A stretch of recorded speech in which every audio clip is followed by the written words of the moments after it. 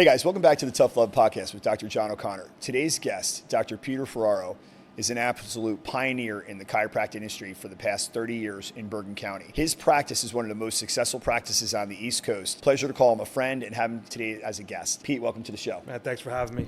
One of the things that I wanted to start with was, first off, coming up to your location. Wasn't my first time there, but seeing your team, seeing the workings, and seeing how you orchestrate that huge business, I was beyond proud to call you my friend. I appreciate that. And I actually was speaking about you at that event of mastery level chiropractors and had said that you have a prestigious office practice location. Let's give the audience a little bit about yourself, almost 30 years in practice, how you got started, the mission when you started, and now that Max started school, the fire that you have. And so let's just bring it to the audience up to speed, like how it all started. Yeah, so it didn't start for me like I think a lot of chiropractors where there's some family involvement. I was pre-med. I was going to go to med school. I was an artist and I wanted to be a plastic surgeon. And I realized as I was going through pre-med at Seton Hall, it was great. I loved every bit of it. And then I got hurt playing flag football and just like a fraternity event. Hurt my neck, got a burner. My primary doctor, he got me to some physical therapy. Nothing was really helping. My fraternity brother's father was a chiropractor. He said, you know what? You just got to go see my dad. He'll have you all fixed up. I had never been to a chiropractor before. Dr. Charlie Palin, I'll never forget him. He was the man. And so I go, and sure enough, 2 visits later, I'm like $1 million. I'm like, what is this, right? There's something to this. I started going to his office every Saturday morning on my own, just to shadow. I watched him. I watched what he did. I loved every minute of it. I loved watching people come in crippled and leaving with a smile. It was just the most amazing opportunity. The fact that I was able to do that, I had all my prereqs. I decided I wanted to go to chiropractic school early. Went to New York Chiropractic, graduated in 96, and the rest is history. Started out in a small practice with a partner, and over time grew that practice. In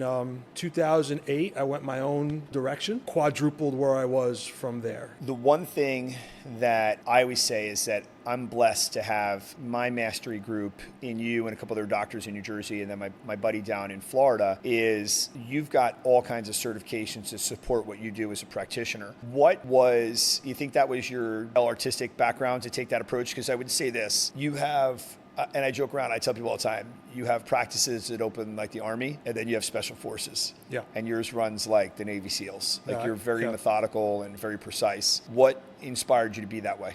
I think that I have always been a perfectionist, and I think that there is a little bit of artistic flair to that in that you see certain symmetries. I've seen your fashion with Garmani. I know you keep them in business. So. Sure do. I love it. I guess because I wasn't so initially philosophically set in my ways that I just wanted to help people in any way I could. And so that's where I think we were very early adopters. I think we were one of the first chiropractic offices in New Jersey to actually hire physical therapists back in the late 90s. And we couldn't find physical therapists to work for us. We did the same thing with acupuncture, and then we did the same thing with occupational therapy. So I think that we just saw where there was a void and where patients were driving around to all different locations. And One-stop shop of wellness, right? Why don't we just give them an opportunity to effectively make the change that they need with the professionals in one location? It's funny, I was talking to a friend, patient, and they own Wonder, and it's like foods of the world. Both of us have had that. You stayed to it. I've kind of gone on my own track with regards to the advanced regenerative modalities, but I would say that is the way of the future. Yep. Having medical that understand the balance of the power of the body, healing the body, physical corrective strengthening, purposefully ordered, occupational therapy for bringing people back to work speed, acupuncture to balance the nervous system and the energies. Yeah. I think that integration is essential. Unfortunately, I think one of the biggest things that's sparked my business 3 years ago is health insurance. Sure. It's the 800-pound gorilla in the room. And the thing about it is that when you're a perfectionist, it's hard. Once I'm in front of the patient, I'm all in. And I think you're the same way. And we talk about this all the time, it is so hard to offer the system we offer with the rates that are out there. I think one of the things that we've seen over the last couple of years is a shift for the positive in that insurance carriers have made it so difficult for patients to actually get covered that people are starting to realize and do their own due diligence that they have to figure out ways to keep themselves healthy. And it used to be that you could just go anywhere and, you paid your $10 copay and everything was covered. And those days are far and few between. I mean, most people have high deductibles, they have high co-insurances. And so I think when they start realizing and they're on social media and they're figuring out, well, wait a second, I can come in and see your nurse practitioner and get a micronutrient test and it could tell me how deficient I am in certain vitamins. Well, why wouldn't I do that? Well, it's not covered by insurance. Well, it doesn't matter. I want to know, why am I taking all these vitamins if I don't have to? And so I think where the insurance carriers have become overbloated and are profit only driven, it's actually driven more and more consumers to spend money out of pocket for their own health and their own activities. Probably one of the biggest things that I've done in my training and transformation in my businesses is looking at the conversation tracks we were talking about earlier. And the reality is people are already paying a lot for wellness. They're paying for these recovery pop-ups everywhere now. They're paying for massage therapy and massage envies, stretch houses. The reality is, I think it's communication. I think it's confidence. And I think it's being able to educate both with confidence and then also establishing the value. People don't think twice about going to the block or going something like that to drop $1,000 for, a dinner for four because they see the value. And it's the same thing. And I think a lot of healthcare practitioners are realizing that they have to have more confidence, whether they have to hire a coach or they have to work on themselves. But the days of relying on the insurance to come in and keep your practice alive, for many, and this isn't limited to chiropractors or physical therapists. Across the board. This is surgeons. I saw a high quality surgeon in Red Bank that had worked on my mom in the past, and we ran into each other. He's like, I had to let go of half of my practice. I couldn't stay in business with those rates, and it wasn't worth the malpractice and the volume. And I was like, this is scary. This is a surgeon that was busy, and now these people have all been dropped, and he's like, I can't. Just can't stay in business. And so it's definitely a major issue. Let's not bury insurance. There's always so many great things about health insurance, for especially in horrible things like cancer and whatnot. Absolutely. But let's talk about the vision of what's coming down the pipeline for our spine. Sure. What's something new you have going that the world should know about? Well, I think the biggest thing is that, the addition of our nurse practitioners, that's been a great addition to what we're seeing is so many patients just lack primary care. They don't have a doctor.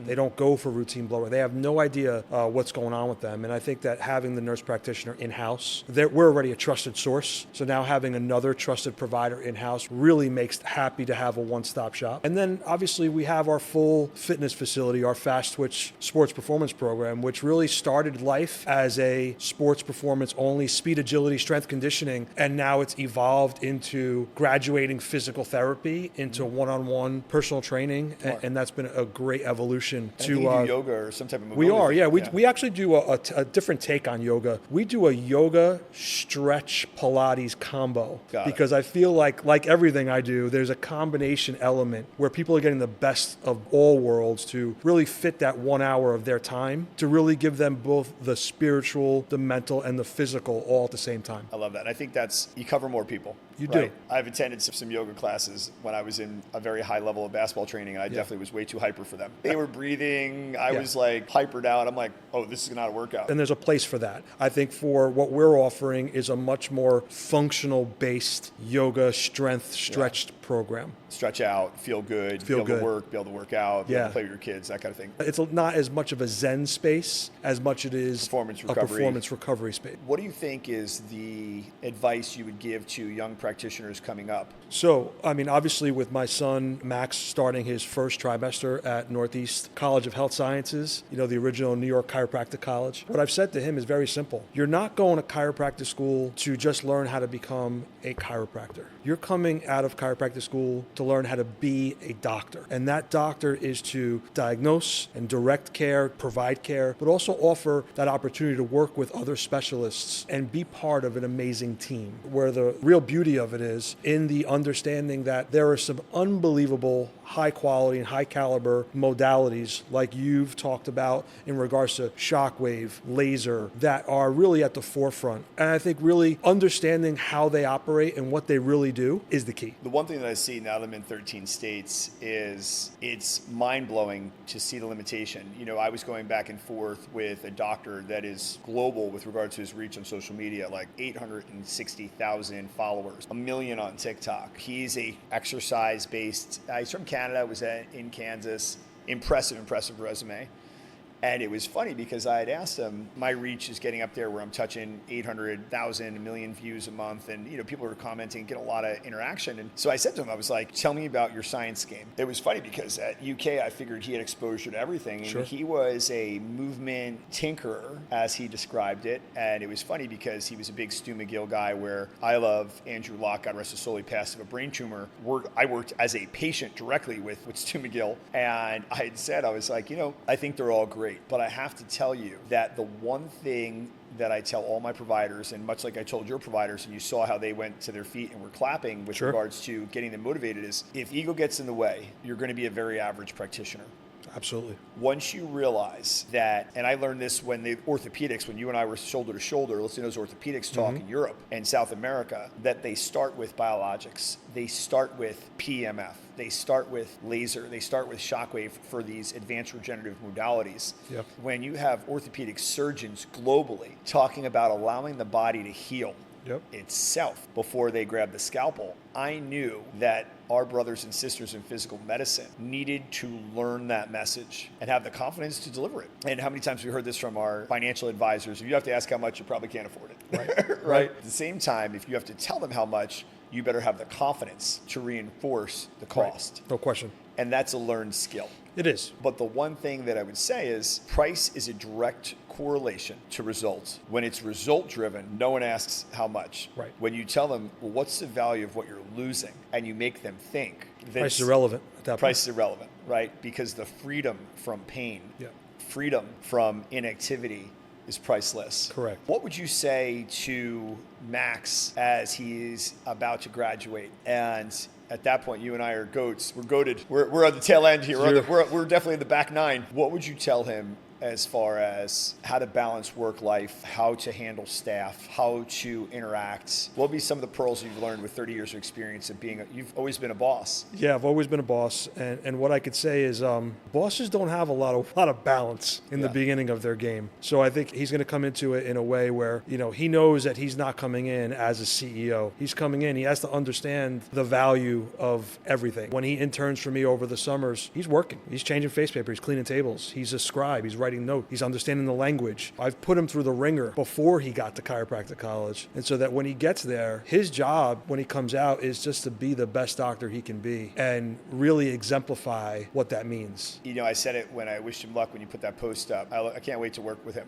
I'm going to make this offer on international podcast right here. If he wants to shadow me when I go to practices throughout New Jersey as I'm coaching, if he's home, he can definitely jump in and see what I do. I appreciate that. I mean, I think he would jump all over that opportunity. The one thing that I would say that as a profession, and we talked about this a few months ago, is not every chiropractor, physical therapist, occupational therapist, even orthopedics are created equal. In light of the recent politics and world affairs, it's very similar to being understanding of everybody's practices and doing more about shedding sunshine on people versus being disparaging in how we speak of each other. I think our profession is quite guilty of that. Absolutely. I mean, I can't tell you how many posts I'll see on social media of one doctor knocking another doctor down for the way they practice. And we see a lot of that now, especially some of the younger generation coming through that is more exercise based, but they don't do anything other than the exercise. And we know it. Exercise is hugely important in what we do. Without a doubt. But I don't think there's a place to knock someone else down to make yourself look better. Whenever I have that opportunity, I make sure, and I had one today actually in the clinical setting, and I made sure to be as if I was putting a sword down and we were one of the knights of the round, and that he was with a goat. Yep. And I said, where are you going? I saw the note on the chart, and I already knew. I said, excellent facility. In physical medicine, one of the strongest in the state. You stay right there. Let me talk to you about what the science can do, and paired together, how this is going to supercharge your healing. And when doctors allow those bridges to be formed, the real solution is that the patient wins. Ultimately, isn't that the game? It should be. And when the guy left, it was funny because it was one of those things that's like with your kids and you've had multiple through CBA, a lot of people know your name. Sure. Right? When he realized how many of those kids were young men, boys, that I was just back from Atlanta in my 20s. I'm going to be 52. It was unbelievable to see them now. They have kids, right? Multiple. He said, man, I can't believe how old you are. You look great. But more importantly, how you wish everybody well. I said, that's what it's supposed to be about. Yep. You want to see the most successful people. There are outliers that they just bash everybody. But for the most part, you know, they're the ones that are like, they're the best. They're no great. question. I think that New Jersey's become a hotbed for private equity. We know that healthcare has gone that route. I think there are some in that community that have done a good job at creating a brand and building facilities. But for the most part, it sacrifices quality for volume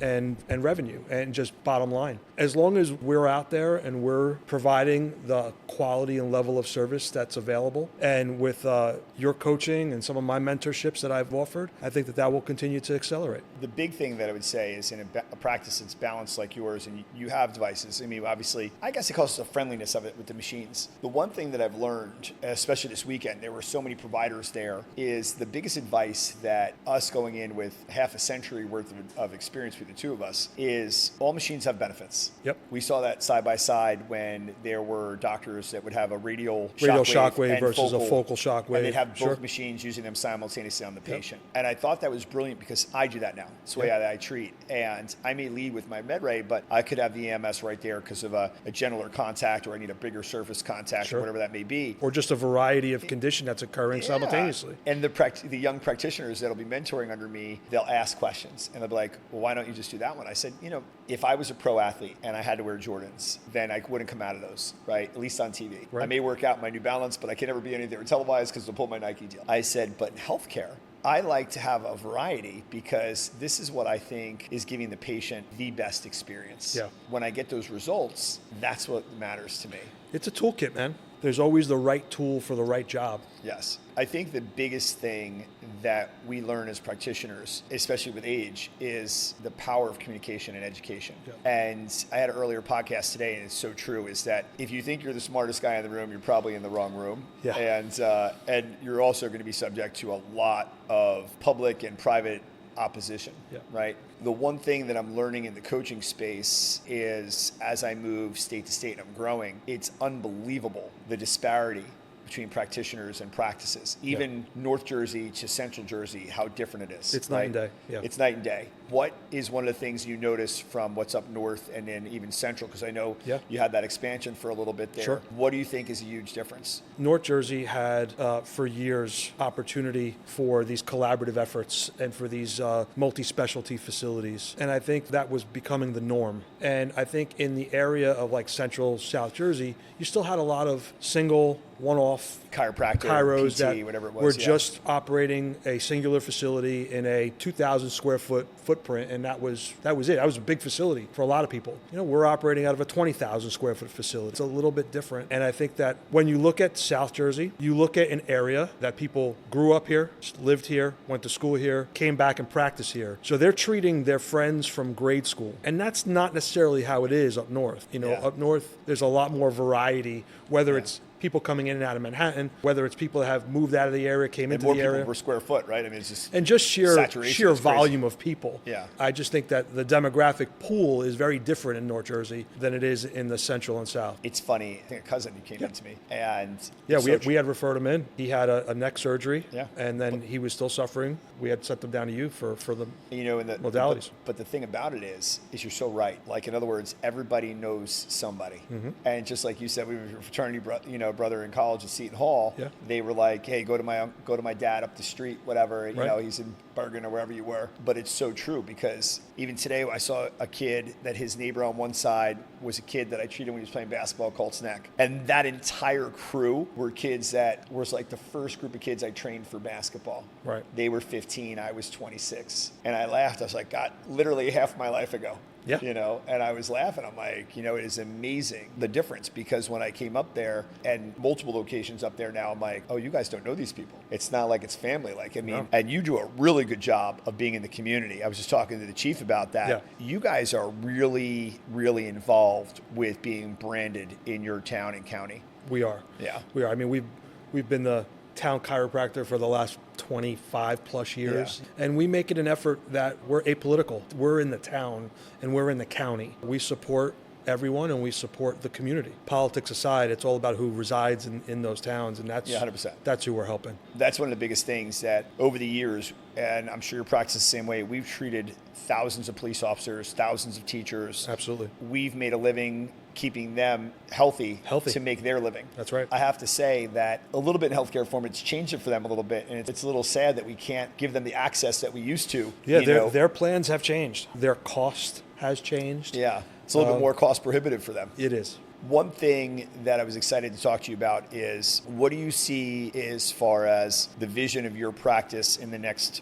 5 years? Do you see yourself taking a role of like not seeing patients and just kind of managing volume and flow, and more like kind of what I do in practices? For sure, yeah. I think that my goal, I've only been treating now 3 days a week for the last 10 years. So clinically seeing patients every day. I think I'll keep generating that down to where I'm seeing patients twice a week and maybe down to once a week. But I got to tell you, the easiest part of my day is seeing patients, right? That's the fun. My staff jokes when there's a problem and they have to add patients, they know that they can always add onto my schedule. I'll never say no. If I have to come in early, if I have to stay late, I have to work through lunch. Because you're the boss. I'm the boss, right? I'll never say no. When it's a day and I'm seeing 30, 35, 40 people in a day, it's not the old days of 100 a day. It's still kicks our ass at 50 plus. It's still volume driven, but I'm happy to do it. I think as I get older and as I have some opportunities to bring in some more youth into the practice, I certainly can see myself going more into the management side. I have some other opportunities with other neurosurgeons, orthopedic surgeons that are asking now for my support to show them and help them how to grow into that, run a business. What would you say, and I know we've had this conversation,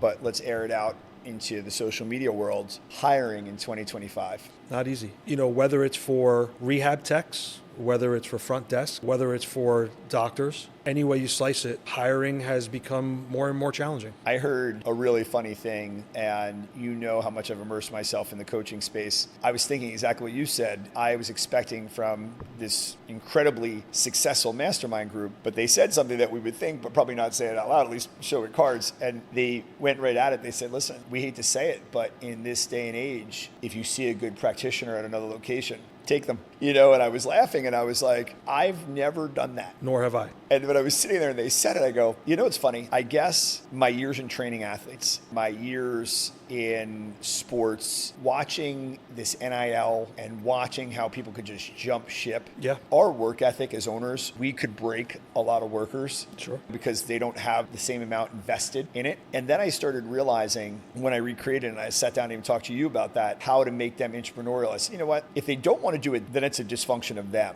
right? Not a dysfunction of us. Sure. If you give them an opportunity to make another salary practically within their salary and they don't do it, then there is really no inspiring that person. No, and I think that there are those individuals that's the case. It's irrelevant of what you can do financially to incentivize. They just won't do it. I saw something that was pretty amazing, that most doctors that have left my office over the years have left for $5,000, $100 a week. I didn't put that into perspective until I started coaching, and I was in other people's practice coaching it and spun it because I didn't have technology. I didn't have the mastery that I have now to say to them, if I show you how to make 5x that staying here, would you reconsider leaving for $25, $20 a day? Yeah. In the big scheme of things? I think that the outcomes would have been much different. I agree. And that's probably the biggest blessing. That's what I can't wait to get your team doing. Yeah. It was funny because when you think about it, I broke it down to the numbers because I'm on a huge seminar with Marty Kotler on Thursday. Mm-hmm. It's about 150 doctors joining. And what intrigued me was the fact that the common thread of a lot of these webinars was transition, turnover, restaffing. The event that you've attended them prior, they were talking about it, and then they were talking about it mathematically. These guys were businessmen. And when I saw it like that, I was like, I want to be ahead of that. I want to come in as a coach that says, Pete, how's staffing? And wait for you to say, so if I give you an idea and we show this and we talk to the team and we show them for $20 a day, if we can 5X that and make it $100 a day and it's $500 a week, now you're staying for an extra $25,000 a year. Do I have your attention? Probably the answer is going to be yes. Sure. And by the way, I'm not asking you to see more people. I'm asking you to take more time, be more considerate in what you're offer in the patient and offer the patient for the best results you can see. If I show you a pathway how to communicate that, would you be interested? No question. When I went through it that way, I was like, the turnover has got to be less. And again, the funny thing about it was, then I asked a financial guy, and they said, it's why we leave and go from company to company. We take our book, we're making $1 million, we go somewhere else, make $1.5 million, $2 million, whatever it is. I'm like, wow, that's amazing. I need to apply this in healthcare. These doctors think the grass is greener, but the reality is it's the same busy schedule for an extra $20, and they wind up quitting again and again and again. What they don't realize is that we're trying to instill and build loyalty. They haven't grasped that concept because a lot of these doctors have jumped around year after year after year and have never had the experience of actually having a team. We sat in, and I'm sure that you'll have experienced this too. It was right before COVID. It was a great run. And you'll have a couple years where it was an amazing run, all the same staff. And we had a holiday party that I sat there probably my entire adult life as I've only been a boss, so I don't know it any other way. But I remember looking left and right and saying, it feels pretty good. Well, right before COVID was probably, I had that same scenario. And I will say it all fell apart. Everything was on autopilot. I will say it all fell apart tragically, but COVID had a lot to do with that. It sure did. And another doctor, Dr. Charlie Annunziato, he sent me a text that I saved in COVID. And I had asked him about something about CEUs, and we were just jawing real quick, and nobody was practicing, right? Nobody was open for a stretch. And he said to me, the scary thing is there's going to be huge practices and small practices that will feel that backlash. And I remember you saying that you just normalized over, was it last year or whatever? Like you just, and it took you a while. And we're going on year 5. And I was 4 locations deep, got rocked. And when I talked to practices, I'm like, you guys couldn't manage 1, I was managing 4. But I will tell you that the learning point was, I would never have done that again. It was a great teaching point. But that was me trying to compete with the big boys. And they had this huge infrastructure. I met 3 of them where there were business team development guys, and I didn't have all that. No. Mine was like you and I saying, I'm going to throw this on my back. Bootstrapped from the ground up. It was something that I was very intrigued by because I was like, you know what? You were in Freehold. I mean, that was a beautiful facility. Beautiful. But I remember stepping foot in that day. I looked at you and I'm like, how? How are you going to do this? And I have to tell you, put the team in. I look back, and I think like anything else, and I think about it when you had the young kid that COVID, or he moved down to Florida with downstairs. And I remember thinking, I was like, cause I think you're doing NFL combines and whatnot. And, you lose a polarizing figure. No question. It is. People would run through walls for him. And when he's gone, there's nobody running. That was a big thing. And, that's really why I jumped into coaching consulting. Cause I said, you know what? I love coming in as a Nanny McPhee or whatever, physical medicine, or whether it's PT, chiropractic, OT, or multidisciplinary, and showing them how to keep their tribe together. And I kind of reverse engineered it. And that's why I'm excited to be working with you in the very near future, because I know that it's one of those things that I always celebrate how sharp you are with running your business. And I tell people all the time, if I have a question, I'm calling Pete. Like, he knows the numbers. The dynamic of the human condition is an entirely different creature. That was one thing that I learned. I was like, Pete, I can help you with that. Right. Because you were like, this is the people from last year. The turnover on that side is tough. You have to be okay with, as an owner, knowing what you don't know. It's okay to ask for help. Yeah, 1,000%. You have best athletes in the world, have great coaches. Yeah. Right. And so that's the key. That was probably the biggest realization when I knew that I needed an Andy. I needed to consult with Alex, and I'm pulling that. I think if everything goes well, I'm going to jump on Bradley's podcast in November, December. Yeah. I find him. It's so funny. I guess it's my Georgia days. He's got the smoothest, calmest approach. Right. I want to see on the scaling side, because as the business is going national, like, I'm blown away that I realize that so many doctors that have been doing it for as long as us, when you pull them into the consulting side, this is a team of ninjas. And if they can take their knowledge set and bring it into practices to help these young practitioners be that much more successful, and then stay within the parameters of my business model, everybody wins. Everybody wins. You think about what you've been able to accomplish with educating practitioners on shockwave and laser, and how important that is. Well, imagine that was me with spinal decompression. Day 1. I know. Right? When it first came out, like that was all us. This is what I said. We're Medray Laser and Technology. That's my host company. They're deep in with DCOA. Yeah, I mean, Disc Centers of America has been great. That's one of your certifications. You're that's certified. One of my certifications. Yeah, that's absolutely. one of your certifications. I'll be down there again this year getting recertified, because you have to keep learning. Yeah, and the thing that I see that's very impressive with any of these organizations is, I think if you're going to do anything, whether it's orthopedics, chiropractic, physical therapy, you want to rub elbows with the best. Yeah. And when you do that, it forces you to level up. Us as type A it does. competitive people. Because when I was in that room and when that guy put that board up, there was no doubt he was dead on. He's like, this room generated 500 million in whatever, and we have K1s to show you, like, real deal. Now, again, it was outside chiropractic. It was impressive to see, because philosophically, when they were speaking, they walked like a duck, they moved like a duck, they quacked like a duck. They were chiropractors. Yeah. And I was like, this is what I want my son to see that's going to law school. This is what I want my daughter to see. It's like, whatever it is, whether you decide to be a nurse